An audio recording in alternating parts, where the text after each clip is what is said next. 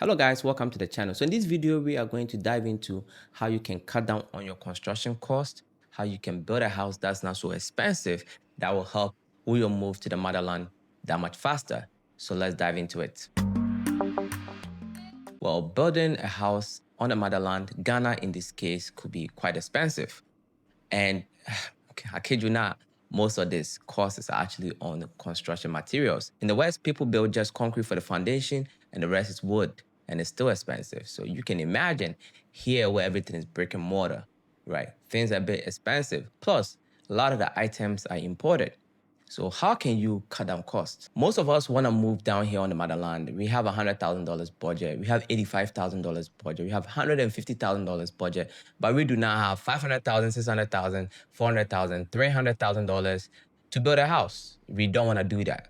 But oftentimes we don't know what kind of house that we need to build that will fall within our budget. So in this video, what I want to do is to let you know certain things that you can do to minimize the cost of your building. So let's dive into it. The first thing is, if you are trying to build something affordable, then you probably want to look at a single level house because it's much cheaper than going up another level. Reason being, the foundation cost of a single level house is much cheaper than a multiple level house, because if you're going up multiple levels, the foundation has to be a bit stronger so it can carry the other level. And the flow, right, to cast the first level so that you can go on the second level, it requires a lot of iron rods, and it's more expensive than a single level structure. So if you, for example, want to build a house that's less than $100,000, you want to be looking at a single level house to begin with. Also, some people care about old age and stuff like that. So single level houses might actually be good for you. Now, in the past, single level house wasn't that appealing, but you guys have seen some of the designs that we have at Russian properties. Single level house can be really nice, right? Including even having a balcony on top of it if you want, like a rooftop. You can on one side of it, right? You can do all of that with a single level house.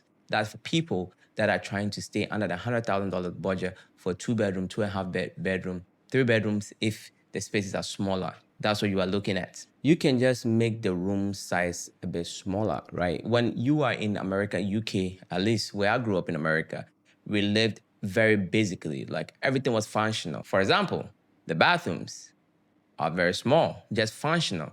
They tile just the places that needs to be tiled, like where you shower, where the water splash, when you're brushing your teeth, where the water splash, and the rest is all painted. It's like they are maximizing everything to reduce cost. So you want to save cost, and you are going with a single level structure. Now, another way to cut down cost is, instead of going for that big roof, some people have a roof that looks like it goes all the way up. The amount of wood that's required, wood in Ghana is not cheap. The amount of wood that's required for you to just have your trusses before the actual, roofing sheet comes in, it's not a joke. We are saving costs without compromising quality. I mean, you can go and buy inferior stuff, but that's not what we are doing here. What we are doing here is intelligently reducing costs without compromising quality, right? So instead of going for the roof that is really tall, unnecessarily tall, you can do a roof that's pretty simple. If you don't want a hidden roof, that's pretty simple, gentle slope, and you are good to go, because you're going to save on wood and you're going to save on the roofing sheets, because as you go up like that, the more sheets you use, the more wood you use, the more everything, the more nails, the more everything, the more the carpenter charges and everything else, right? So you want to keep your roof simple, even if it's not a hidden roof, because some people don't like hidden roofs, but you can keep your roof simple. You don't have to have a roof that is as big as the house itself. Like, I don't understand that. That's a waste of money, and it actually doesn't even look good. It's the main reason why people actually hate a single level house, because you have these huge roofs. And if you want to have that big roof, then you're probably going with American roofing, which is very expensive, and we're not going to go there. So you'll be looking at lifespan roofing. That's what we are talking about here when we're talking about saving on cost of your construction here. You don't have to go all the way up and make the roof look so big, or you can just go with a hidden roof. Now, the hidden roof doesn't take that much wood, and it doesn't take that much roofing, but you might have to do some waterproofing on the sides.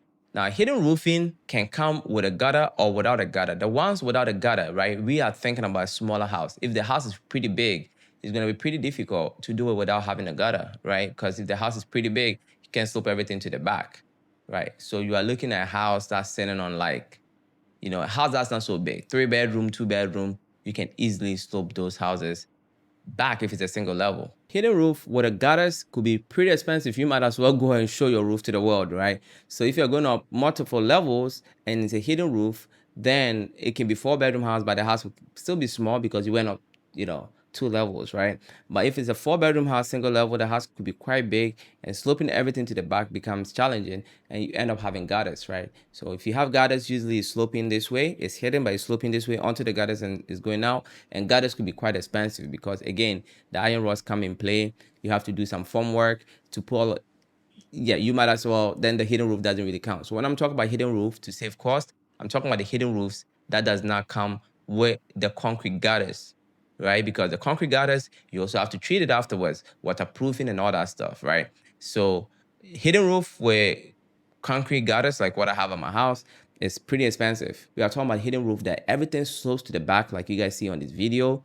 That one is quite cheaper because you save on wood, you save on the roofing sheet, and you don't have to do any gutters. Tiling, Ghana, where we build a house, we like to go all out, right? You see the kitchens all tiled up, the bathrooms all tiled up, like from floor to ceiling, everything tiled up everywhere.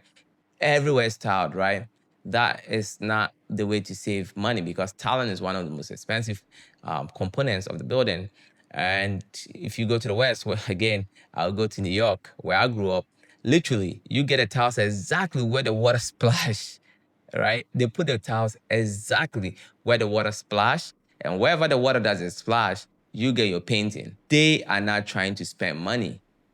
But when you come here, we tile from floor to ceiling, and it's unnecessary. So you can save on that. It looks great. Almost all the buildings I'm involved in, that's what we do. But if you want to save, you can do halfway tile all around. That's one option. Or you can tile exactly where it needs to be tiled, right? For example, your kitchen, you might want to tile where you have your sink at. You might want to tile where your stove is. You might want to tile that portion because, food splashing on the wall and stuff like that. You want it to be tiled so that you can easily clean it, right? So if you want to save on costs, you might want to reduce the amount of tiles you use in your kitchen and your bathrooms, right? And it will still be functional and you're really not missing much, right? You will not be missing much. So now we come to ceiling, right? So we have POP, which I personally have never even used it on anybody's building before. It's a little bit more expensive, and the workmanship involved is way more expensive, and it's a little bit messy. So I am not a big fan of POP at all. You go for plasterboard, it's cheaper, it's easier, and it's cleaner, right? Not the finishes. The finishes, you might not be able to tell the difference, but I'm talking about the process of doing the work is cleaner. POP is very messy. So if you want to cut down costs, have a nice ceiling, you can have a nice ceiling with a POP, don't get me wrong. You can have a nice ceiling with a plasterboard. But what you want to do is to go for plasterboard because you save about 20%, 20, 30%. I probably should have started with this, right? That's how much you spend on the land. If your budget is $100,000, you might have a budget for land of less than $15,000. So you're gonna end up in a place that's definitely not East Legon. That's not Ajinga, no. That's not any of these prime locations, and that's okay. You have to cut your quote according to your size. So this should have been number one. The land value matters. Another expensive component of the building process is your windows, especially if you're going for quality windows, right? Again, everything I'm talking about, you can cut down costs on a lot of things when it comes to finishes, like your windows and stuff like that. Go for inferior stuff, but it's gonna show on the building. The building's not gonna look good. So when I'm talking about cutting down costs, we are not compromising on quality. So what's functional? You might want big windows like what I have in my house. That's quite expensive because windows are expensive. So you might want to minimize instead of having floor to ceiling windows and stuff like that.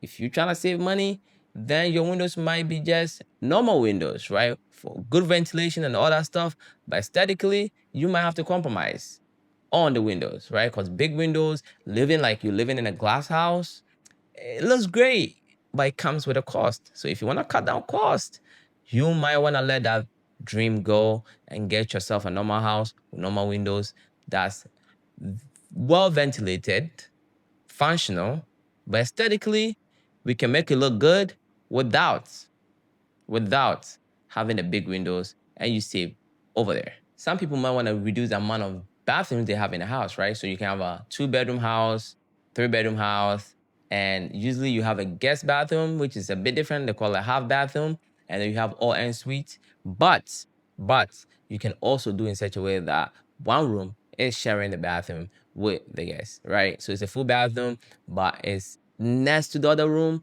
right? And you can save there, right? Reducing the amount of bathrooms that you have in the house can save you there. The fixes, right? Your toilet and all that stuff, some of them could be pretty expensive. The towels, the type of towels you go for, some of them could be really expensive. But what I'm talking about, I like to go for high-end finishes. So we are cutting our cost, but at the same time, when you walk in the house, you will say, wow, this is a beautiful house. And that's what we are looking at. So I'm not going to tell you to go for inferior stuff. We're going to stick with that. We're cutting down on where we can. And again, another way too is you can save costs by importing things from China yourself if you have a hook, and then you can definitely save a lot of money, right? Because the finishes is the most expensive component on the building. The finishes include your windows and all that stuff, right? The actual cost shell of the building is usually about 30% of the building. It is not that expensive. In as much as it's concrete works, it's about 30% of the building. Most of the cost is the finishes. That includes your ceiling, your tiles, your windows, your doors, the fixtures and all that stuff. That is quite expensive. Your electrical and all that stuff, that's quite expensive. So if you have a way of importing certain things, then we can probably cut our costs significantly. So now we are coming to the outside compound of the building, right? Greenery is amazing. It looks great. It actually adds a lot of value to your house. And I've come to appreciate greenery very, very much as a New Yorker. As a matter of fact, if I have the same mindset that I have now, way back when I bought my land, I would have bought 2 plots because I feel like I could use some greenery in my house. You might want to cut down on the concrete, right?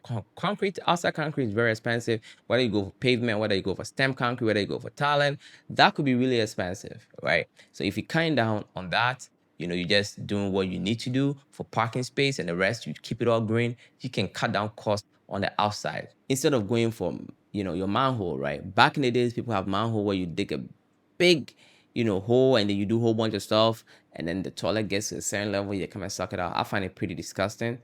So we go for a biodigester, which is pretty simple, and it's going to be about just 35% of the cost of the manhole. So why do you want to go for a manhole? You don't have to do that. So that is another technique when we are looking for the exterior cost-saving method, right? Instead of going for a manhole, you go for biodigester. Biodigester have this mechanism. You don't need a big hole. The toilet, your waste going in there, gets treated and vanishes, and it's quite amazing. It works seamlessly, doesn't come with that unnecessary smell in the house, and you might want to consider that to save costs. These are the tips that I have for you guys on cutting down cost on your construction in Ghana, because I do want you guys to be able to build that dream home that you want to come and start your life here in Ghana, whether that's retirement, whether that's you trying to come here and start a business. You might not have a lot of money to go build $250,000 to $300,000 house.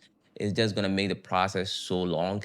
And it is possible to build that 3-bedroom house for that 120, 130. They're about to have a very nice, modest house. Very nice. Trust me, you can do it for much cheaper if you are compromising on quality and the finishes and all that stuff. But you are living in diaspora, and I want you to upgrade. Every single person who's coming from diaspora, because I lived in New York, right? And when you come into Ghana, your life must be better, right? That's why I'm giving you cutting down costs but not compromising quality, because I don't want you to feel like you are regressing. I want you to come here and feel like you have made an upgrade to your life, because that is what it is down here on the motherland. If you come here, you have upgraded your life. For those of you who want to start this journey, you don't have the land, you are looking to buy land, our Russian Properties, which is my real estate company where we design homes and build for people. We also sell land. We are actually well known for selling land at places like Afenia and Pram Pram. At Afenia, we have a plot of land going for 100,000 Ghana cedis. We have plenty of land available for you.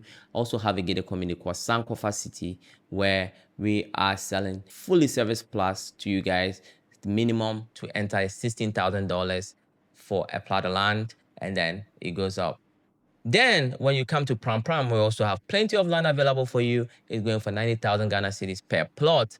And if you want to start this journey, you don't know where to start from, you can just reach out to me. Whether you just want to talk and have ideas, we have a consultation service as well. All of this is in the description below. Reach out to us so that we can talk.